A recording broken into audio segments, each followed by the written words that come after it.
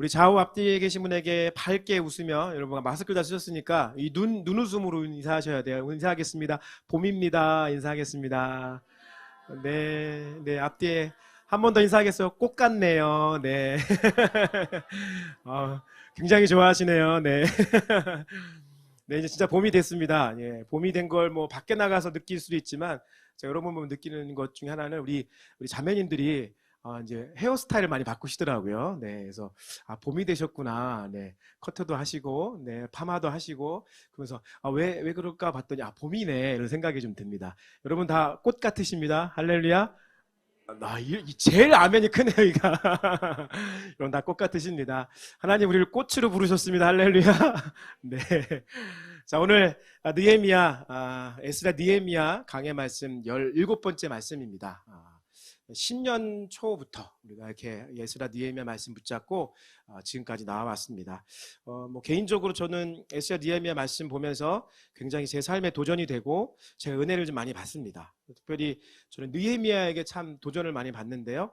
오늘 느헤미야가 결국에 느헤미야를 통해서 주님께서 부르신 두 번째 부르심, 그 두 번째 부르심의 과업을 완수하는 바로 직전에 놓여있는 모습들을 보게 되고요. 결국에는 하나님의 공동체는 하나님의 부르심 따라 그 길을 순종함으로 걸어가면 결국에 무엇을 하게 될까요? 아멘. 승리하게 됩니다. 믿으십니까? 네, 승리가 눈앞에 있습니다.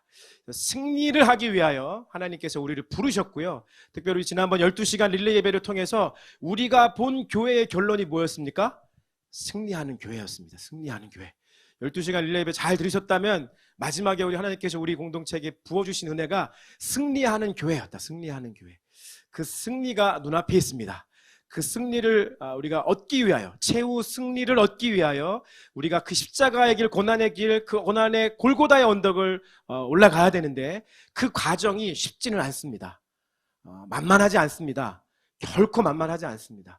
근데 그 길을 순종함으로 마지막까지 걸어가는 두 번째 부르심을 받은 사명자, 그 두 번째 부르심 받은 사람들이 순종함으로 걸어갈 때 승리는 이미 보장되어져 있는 것입니다. 할렐루야.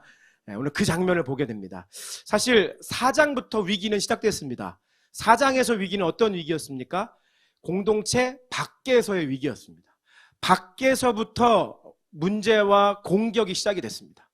문제가 일어나고 공격이 일어나죠. 어디서요? 공동체 밖에서요. 그게 4장의 말씀이었어요. 그 공동체 밖에서 문제가 있을 때 공동체는 뭘 해야 됐어요? 기도해야 됐어요. 기도함으로 이겨내는 거예요. 5장에 넘어오니까 밖에서의 문제가 끝나니까 무슨 문제가 생겨요? 안에서의 문제가 생기는 거예요. 공동체 안에서의 문제, 분열이 생기고요, 리더십의 부재가 생기기 시작하는 거예요. 그게 안에서의 문제. 그게 5장의 말씀이에요. 5장의 말씀. 그때 무엇을 알아야 되느냐? 우리가 왜 부르심 받았는지, 우리가 왜 이 자리 가운데 있는지 그것을 깨달아야 된다. 그게 뭐였어요? 은혜라고 말씀드렸어요. 은혜. 헌신하는 것도 은혜요. 문제가 드러나는 것도 은혜요. 그래서 우리가 이 은혜를 은혜로 하는 것이 은혜다라고 지난주 말씀드렸잖아요. 할렐루야. 벌써 다 까먹으셨어요? 네. 그게 은혜예요. 은혜. 그래서 우리 안에 문제가 생길 때 우리가 무엇에 주목을 해야 되느냐? 은혜에 주목을 해야 돼요. 이게 은혜지. 은혜로 우리가 여기까지 왔지. 이게 가장 중요한 거예요. 교회는, 하나님의 공동체는 결단코 세상의 원리와 방법으로 이루어지는 것이 아닙니다. 교회는 은혜로 이루어지는 거예요. 제가 부교육자 생활할 때 저희 그 부교육자 사무실이 있었는데 참 그 어떻게 그렇게 되는지 모르겠어요. 부교육자 사무실에 전담으로 있는 사람들만 6명 가까이 있었는데 토요일이었어요. 그것도 토요일 날 잠깐 저도 자리를 비운 사이에 낯선 사람이 들어와서 제 책상 위에 있는, 하필 또 제 거예요. 제 책상에 있는 가방을 훔치고 갔어요. 그때 그 가방 안에 교회 공금으로 몇십만 원 있었어요. 그걸 가져갔어요. 그냥 제가 막 뒤집혔죠. 막 뒤집혀가지고 CCTV를 확인해 보니까 진짜 낯선 사람이 너무나 당당하게 저희 사무실에 들어와서 제 책상에 있는 가방을 가져가 버리는 거예요. 경찰도 신고하고 어디서 막 그 제 신용카드 쓴 게 막 기록에 남고 막 그러는 거예요. 막 너무 그때 이제 막 우리 교회, 저희 교회에 부교육자 사무실에 난리가 났었어요. 막 어떻게 이럴 수가 있나? 그것도 토요일에 가장 사람이 많은 시간에. 그게 이제 얘기되고 해서 담임 목사님까지 얘기돼서 저녁 시간에 교육자 회의를 하는 시간이었어요. 교육자 회의를 하는 시간에 이런 일이 있었습니다. 얼마의 손실을 봤습니다. 그래서 뭐 이제 그 사무실 안에도 그러니까 CCTV가 사무실 안에는 없었고 사무실 밖에는 있었어요. 그러니까 누가 들어가는 장면이 있고 가방을 들고 나오는 장면을 본 거예요. 그 사무실 안에 CCTV를 다 달아야겠습니다. 뭐 이렇게 막 얘기했는데 저희 그때 당시 담임 목사님이 딱 한마디 하시는 거예요. 다 가만히 들으시더니 마지막 한마디가 참 제 삶에 아직까지 여운이에요. 뭐라고 했냐면 뭐 다 맞는데 교회는 은혜로 굴러가는 거야. 교회는 은혜로 교회는 이루어지는 거야. 그래서 CCTV 달지 말라고. 교회는 은혜로 사는 것이에요. 근데 그 말을 듣는데 제가 아직도 그 생각이 여전히 제 마음에 진하게 잘 잡혀요. 그럼 교회는 뭘로 운영되는 곳이라고요? 은혜로 운영되는. 교회는 은혜로 운영되는. 서로가 서로에게 실수를 해도 우리가 서로에게 어떠한 어려움을 주더라도 교회는 무엇으로 운영된다고요? 은혜로 운영되는 것입니다. 교회는 은혜로 운영되는. 그게 다른 거예요. 그게 세상하고 다른 거예요. 그래서 그 은혜가 있어야 교회가 교회 되는 거예요. 그렇게 나아가기 시작하잖아요. 그럼 그때부터 사단이 궁지에 몰리기 시작해요. 그리고 6장으로 넘어오는 거예요. 오늘 6장으로 넘어와서 뭘 하기 시작하는 줄 아십니까? 마지막 사단의 방법은 뻔해요. 공동체 밖에서 공격했다가 그게 안 되면 공동체 안을 분열시키다가 그게 안 되고 은혜로 가는 걸 보면 나중에 결국 사단이 어디를 공격하냐면 교회의 리더십을 공격하는 거예요. 교회의 리더십을 흔드는 거예요. 그게 사단의 방법이에요. 왜냐하면 결국 스바냐서도 말씀해 보면 결국에는 목자가 없어지면 목사가 사라지면 양들은 유리하게 되어 있거든요. 그 사단의 방법이 밖에서 안 되면 안에서 안 되면 목자를. 이게 사단의 방법인데 오늘 6장의 말씀이 리더십들을 공격하는 거. 뭐 우리 부르신교를 치면 저이기도 하고요. 또 직분자들도 계시고요. 각 가정의 부모님 되시는 거고요. 사실 우리는 다 어디를 가든 현재 앞으로 다 리더십이 될 사람들이에요. 항상 사단의 방법은 거기에요. 그래서 가정에서는 부모님을 공격하는 거죠. 사단의 방법이 거기에 있습니다. 6장의 말씀에는 이제 6장 1절의 말씀에 보면 아직 무너진 성벽을 다 재건하지 못했습니다. 두 번째 부르심 받아서 세 번째 3차 포로 귀환한 느헤미야 공동체가 52일 만에 오늘 최종적으로 건립하는데 그 직전에 있어요. 이제 아직 다 짓지는 못했고 문짝을 만들어서 문짝을 달기 직전이라고 하는 거니 보니까 거의 다 건축을 마치어 가고 있는 상황이에요. 이때 우리 4장에서부터 봤던 그 인물 있잖아요. 산발랏이 나타나는 거예요. 이 사람 뭘로 공격해요? 맨날 말로 계속 비난하고 힐난하고 밖에서 막 공격했던 사람이잖아요. 너 야 개독교 뭐 이런 거 공격하는 거 밖에서. 교회가 그러면 되냐? 여기에 동의하기 시작하는 사람이 있으면 이제 교회 나가는 거예요. 가나안 성도 되는 거예요. 나 예수는 믿는데 교회는 싫어. 이렇게 되는 거예요. 밖에서 공격하는 것들을 다 넘어가게 되면. 그게 산발락과 도비아였어요. 그들이 밖에서 공격하다가 안 되니까 사단이 안에서 공격하다가 안 되니까 이제 리더십을 공격하기 시작하는데 이 산발랏이 뭐 어떻게 공격을 하냐면 처음에 이렇게 리더십을 느헤미야를 공격합니다. 느헤미야한테 초청을 해요. 2절 말씀만 볼까? 2절 말씀을 보니까 산발랏과 게셈이 내게 사람을 보내어 이르기를 오라 우리가 어느 평지요? 오노 평지. 따라하겠습니다. 오노. 자, 좀 이렇게 여러분 좀 분위기를 좀 갖고 오노. 왜 오노? 여러분 각인시켜드리려고 그래요. 오노 평지에 가면 돼요, 안 돼요? 오노 가면 안 돼요. 그래서 오노 평지예요. 웃을 줄 알았는데 아무도 안 하는데 이거 아무도 안 하는 설교예요. 제가 다 뒤져봐도 이런 신학적 접근이 없어요. 오노 가면 안 되는 곳 오노 평지. 이 오노 평지는 예루살렘의 북서쪽 한 32.4km 지역에 있는데 이 오노 평지를 우리가 영적으로 바라본다면 어떻게 볼 수 있냐? 그것은 그 당시에 사마리아와 아스돗이라고 하는 사이 중립지대를 얘기해요. 중립지대. 여기도 아니고 저기도 아닌 거. 차지도 않고 덥지도 않은 거. 중립지역이에요. 중립지역. 오노 가면 안 되는데 신기하게 성경은 우리에게 전해주는 메시지는 뭐냐면 중립지역으로 오게 하는 거예요.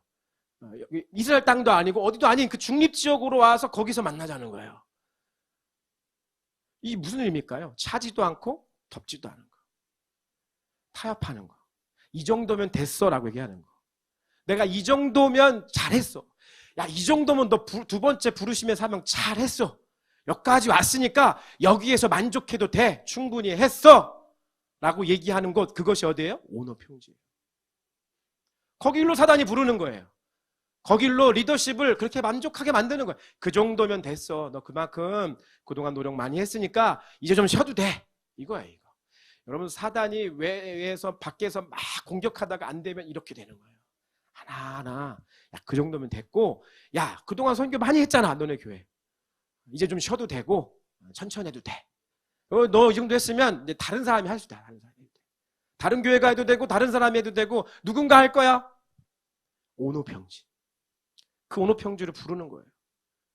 그동안 너네 가족이 많이 했잖아. 이 정도면 됐지 뭐. 어디예요? 오노평지를 부르는 거예요. 여기에서 리더십들이 무너질 수가 있어요.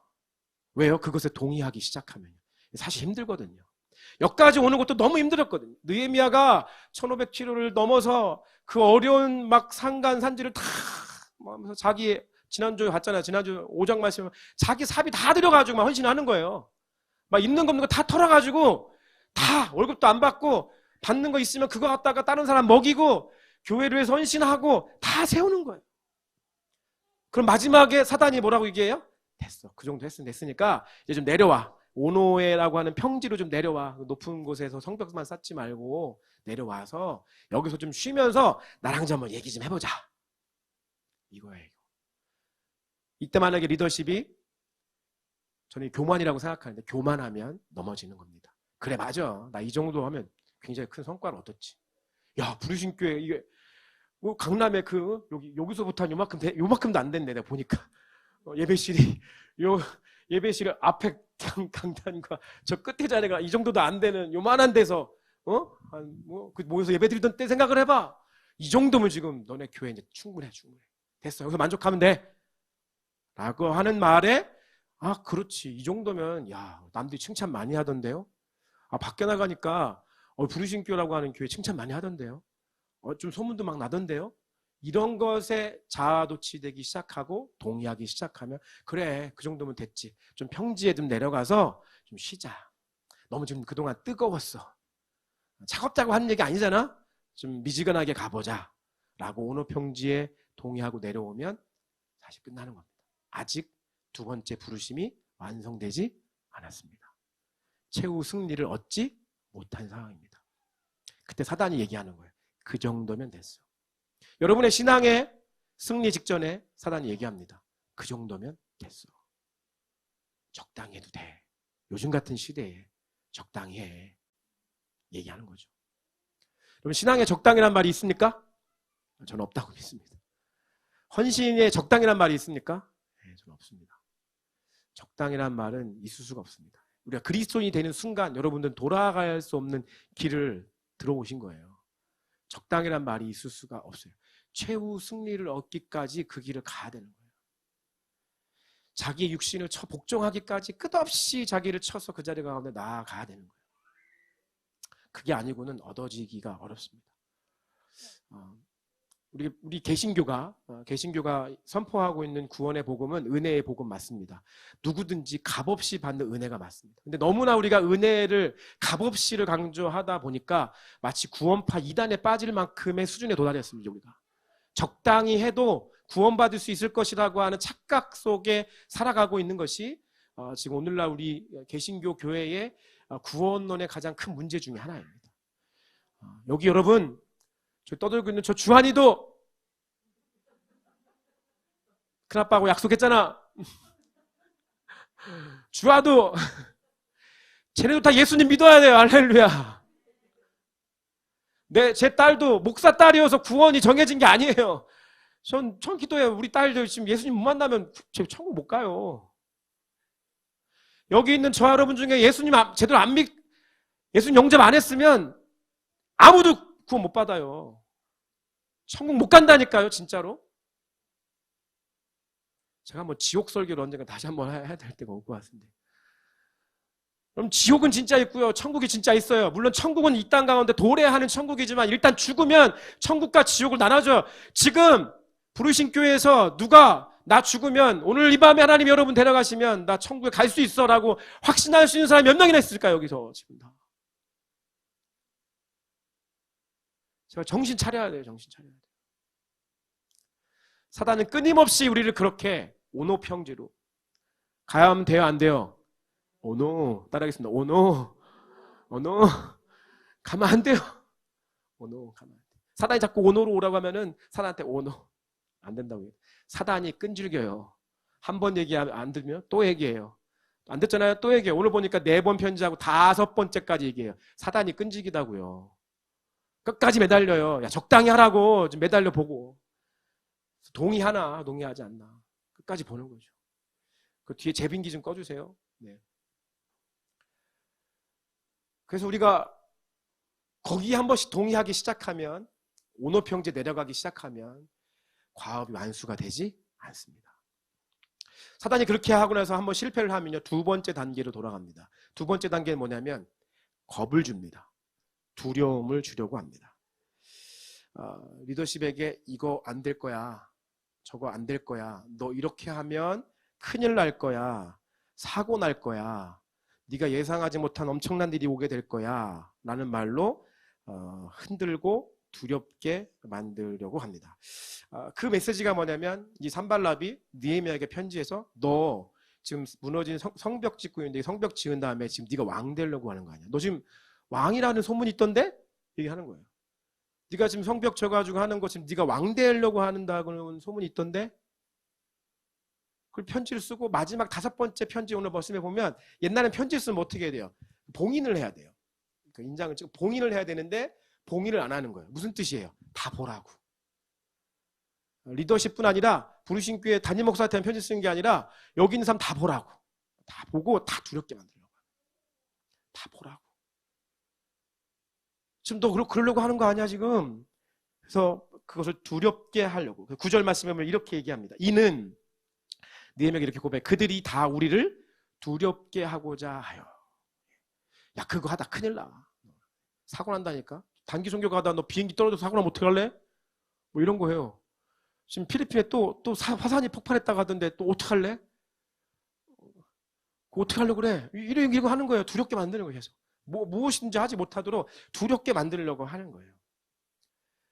야, 부르신 교회 신천지 들어오면 어떡하지? 여기 새로운 성도 봤는데 신천지 들어오면 어떡할 거야? 두렵게 하는 거예요. 끊임없이 교회에 리더십으로 하여금 경계하게 하고 두렵게 만들어서 결국에는 그 길을 안수하지 못하도록 하려고 하는 거죠. 이렇게 되면 사실 진이 빠지죠. 계속 공격해오고 여러 가지 모양으로 특별히 마지막에 이렇게 막 자기를 모함함으로 인해서 두렵게 만들려고 하는 이 상황이 왔을 때 느헤미야가 고백합니다. 주님 제게 힘을 주십시오. 제게 힘을 주십시오. 여러분 무슨 방법이 있을까요? 어떻게 이겨내죠? 방법이 없어요. 참고 버티는 거예요. 그리고 주님 버틸 수 있는 힘을 달라고 기도하는 거예요. 버틸 수 있는 힘을 주십시오. 버틸 수 있는 힘을. 여러분 느헤미야가 처음 시작할 때 성벽을 짓기 시작할 때 50일을 딱 정해놓고 시작했나요? 아니에요. 언제 끝날지 모르는 일인데 그냥 그 길을 마지막까지 갈 수 있게 마지막까지 하나님 완주할 수 있도록 주님 제게 힘을 주십시오. 네, 힘을 주십시오. 그들의 손이 피곤하여 역사를 이루지 못하리라 이렇게 얘기했더니 느헤미야가 선언합니다. 그 말을 듣고 그 속에 있는 의도를 간파하고 그가 하나님 앞에 엎드려져 고백합니다. 이제 내 손을 힘있게 하옵소서. 주님 제가 이거 마지막까지 갈 수 있도록 지금 거의 쓰러진 상황에 느헤미야가 거의 엎어지기 직전이에요. 엎어지기 직전에 느헤미야가 기도합니다. 주님 제 손에 힘을 좀 주십시오. 힘을 주십시오.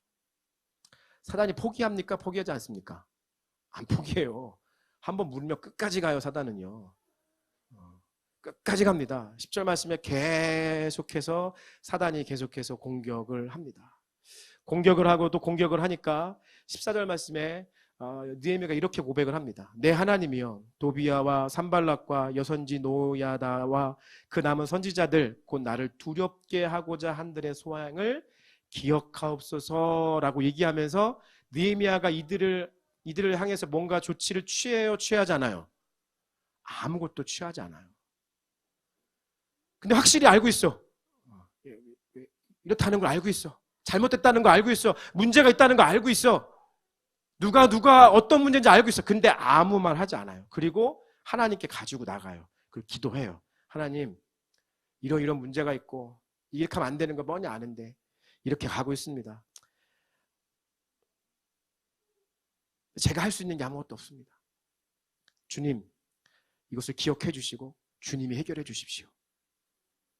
라고 거의 쓰러지기 일보 직전에 다시 또 무릎을 꿇고 기도하는 거예요. 느헤미야가.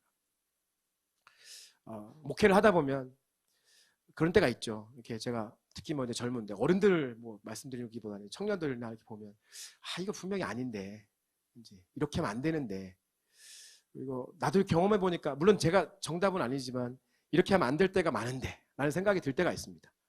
예전에는 제가 혈기가 더 있을 때는 이걸 어떻게든지 싸워가지고 제가 이기려고를 많이 했어요. 어떻게든지 싸워가지고 설득을 시키든 혼을 내든 뭐라든 해가지고 어떻게든 내가 이겨서 얘네들을 그렇게 못 가게. 근데 저는 이제 좋은 의도의 마음이 있죠. 그런 마음으로 막 했는데 결국에 그것이 다 좋은 길로만, 좋은 의미로만 결론을 맺지 못할 때가 참 많더라고요.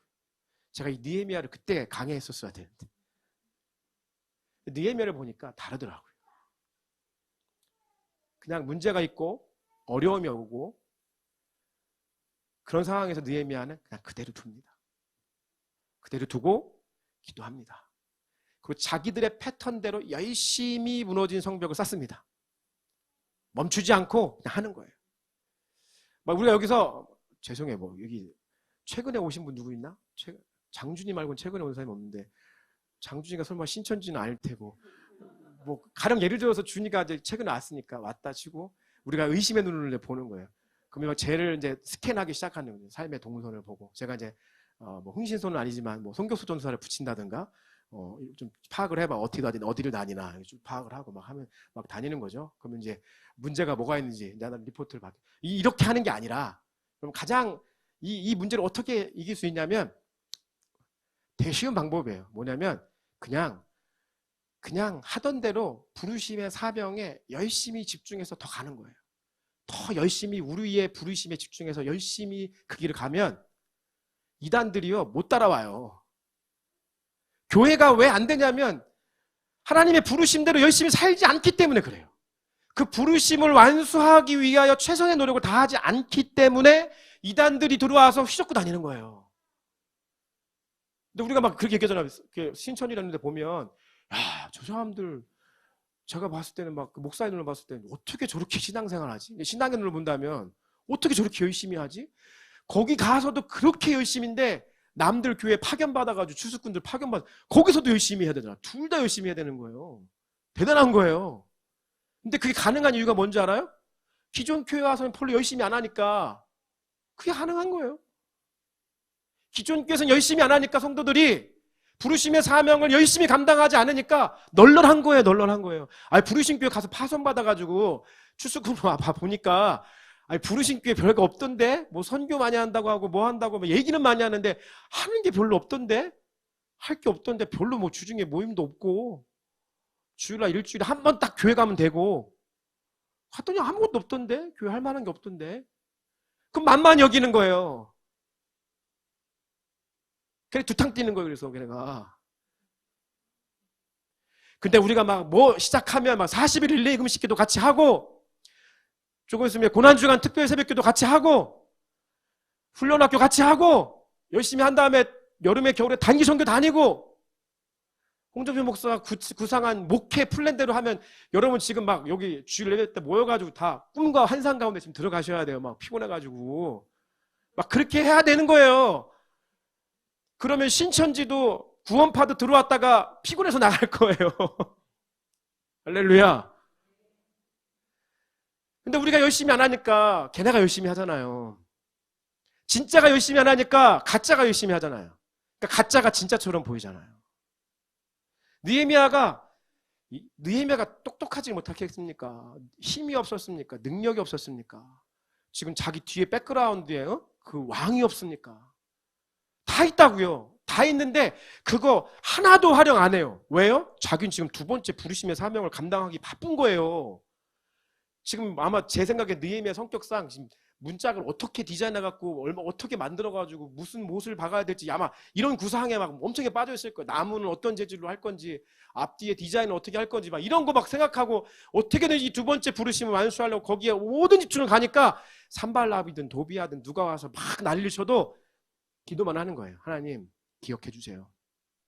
잘못된 길 가고 있는 건데, 잘못하고 있는 건데. 보니까 그 이후에 보니까 도비아하고 연결됐던 이스라엘 민족들이 많이 있어요.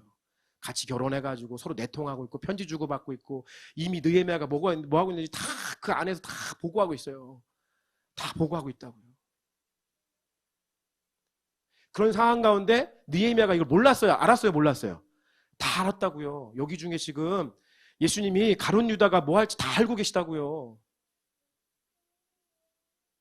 이 안에 지금 누가 내통하는지 다 알고 있다고요. 근데 예수님이 십자가의 과업을 완수하기 위해서 그것만 바라보시는 거예요. 그 길만 가시는 거예요. 기도만 하시는 거예요. 그렇게 하니까 그렇게 마지막까지 집중력을 사단에게 빼앗기지 않고 다른 것에 빼앗기지 않고 그 길을 의연히 태연히 꾸준히 가니까 결국에 오늘 15절에 보시니까 성벽 역사가 며칠 만에? 52일 만에. 이건 좀 외우세요. 며칠? 52일 만에 역사를 이루었어요. 할렐루야. 그 전에 무너진 성전을 다시 재건할 때 얼마나 오래 걸렸습니까? 전 느헤미야가 참 멋있어. 네. 그 52일 안에 이걸 해내요. 진짜 남들 잘 못 알아듣고 못 따라와도 막 그냥 역할 맡겨주고 모르면 그냥 따라와 그러면서 그냥 막 따라가는 거예요. 막 공격이 와도 신경도 안 써요. 기도하고 그냥 가는 거예요. 자기 부르시면서. 왜? 저는 그랬을 것 같아요. 느헤미야가 하나님 이거 자기에게 주신 이 두 번째 사명에 대한 부르심이 너무나 강력했고 그거에 대한 감동이 너무나 강렬했고 그거에 대한 순종이 너무나 강렬했기 때문에 다른 거 신경 안 쓰고 자기 삶을 들여 현재 주어진 이 시간을 들여 내가 이 무너진 성벽을 완수하리라. 나는 승리하리라. 승리하는 교회가 되리라 라고 하는 그 한 가지 간절함이 지금 느헤미야를 이 52일 동안에 성벽이 얼마나 넓습니까, 여러분? 그거를 완수해내는 겁니다. 이렇게 무너진 성벽을 완수하니까 이제 7장 위로 넘어가서 이스라엘 백성들에게 놀라운 부흥이 임하게 되는 것입니다. 놀라운 부흥. 그게 느헤미야와 느헤미야 공동체를 통해서 하나님께서 이루신 하나님의 역사인 것입니다. 오늘 예배 드리기 전에 누가 오늘 목사님 예배 몇 시에 끝나요? 일찍 끝나나요? 자기 차 시간 있는데 그래서 울타건이 너 걸렸다 내가 생각하면서 너 때문에 예배 일찍 끝나는 거야 라는 얘기를 해주면서 예배를 마치려고 합니다.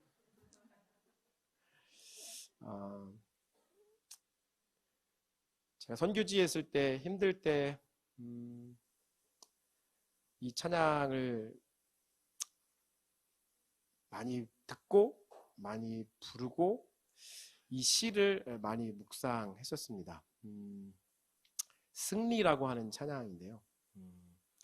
오늘 저와 여러분이 마지막 이 승리라는 찬양, 사실 찬양보다는 저 여러분이 가사에 집중하시면서 이 가사 속에 있는 진짜 승리가 무엇인지 함께 나누는 시간 됐으면 좋겠는데요. 제가 먼저 가사를 한번 읽어드리고 이 노래 잘 모르시면 가사만 보시면 따라오셔도 좋겠고요. 부르실 수 있다면 함께 부르셨으면 좋겠습니다. 승리가 무엇인 줄 아는가? 승리가 무엇인 줄 아는가? 더 좋고 편한 가능성의 유혹을 저련히 잘라버리고 오직 주님만 따라가는 것 바로 승리라네. 승리가 무엇인 줄 아는가? 승리가 무엇인 줄 아는가? 하고 싶은 말, 그 많고 많은 말 모두 힘겹게 억누르고 오직 주께서만 말씀하게 하는 것 바로 승리라네. 결과가 어떠해도 주님만 빛나시고 주님 평안 내 안에 있으면 그것이 바로 승리라.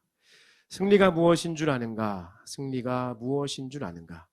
오 치열한 자기와의 싸움을 허옇게 잠재우고 주님만 내 안에 사시게 하는 것 바로 승리라네. 이 시를 쓰신 분이 서성한이라고 하는 선교사님이십니다. 선교사님의 시고 이걸 이제 강명식 음악사님이 이걸 붙이셨는데 곡을 선교지에 있을 때 많이, 그리고 아시는 그 이창근 선교사님이 저랑 같이 한 벌써 한 수십 년 전에 선교지에 있고 딸을 잃고 이제 돌아가실 때 저는 필리핀에 제가 그 선교사님 바라보고 거기 갔는데 그분이 먼저 철수하시는 거예요. 근데 그때 제가 이 시를 가지고 사실 그때 제가 노래를 불러드렸어요. 이거를 사모님하고 선교사님 사모님 두 분 초청해서 같이 식사 우리 저희 공동체랑 하고 그때 이제 이 승리 이 노래 막 떨면서 하지만 이걸 너무 드리고 싶었어요. 그래서 이 승리를 함께 부르고 같이 기도하고 눈물 흘리면서 기도하고 제가 보내드렸던 기억이 나고 또 그것 때문에 저도 선교 사역들을 그곳에 주어진 시간들을 잘 완수할 수 있었습니다. 오늘도 하나님께서는 여전히 저와 여러분을 두 번째 부르심으로 사명의 자리로 초청하고 계십니다. 그리고 우리는 그것을 완수해야 되는데요. 그 완수하기까지 최후 승리를 얻기까지 우리가 진짜 승리가 무엇인가 오늘 느헤미야를 보면서 또 오늘 이 승리라고 하는 시와 곡을 함께 나누면서 우리 가운데 참된 승리가 저와 여러분의 인생 가운데 있기를 예수님의 이름으로 축복합니다.